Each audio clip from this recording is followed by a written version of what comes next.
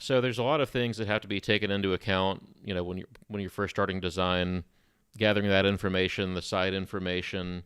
So, like you said, you can't always you have to start with what I want and what's my budget, but at some point that kind of transitions to, okay, what can I get instead of, That's right. you have to have some Sure.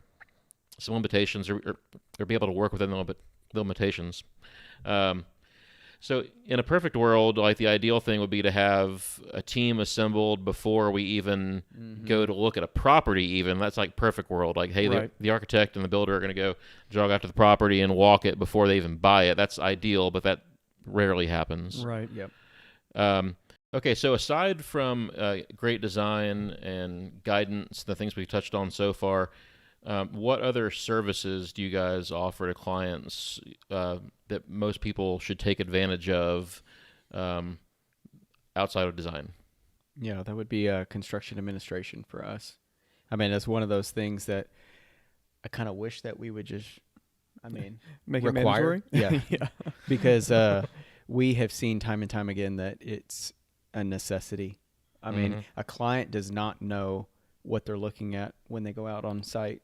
And a lot of the times, not every contractor, but some contractors let the subs run the job. A contractor, people think when they hire a general contractor, that person is the one building the home.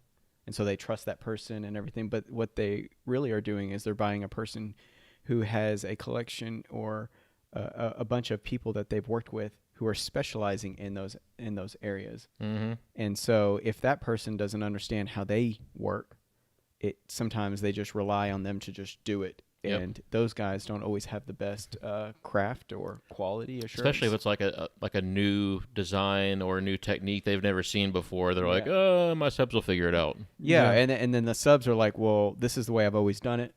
And so then you're having to go out and correct things, or it may be wrong, and which causes issues.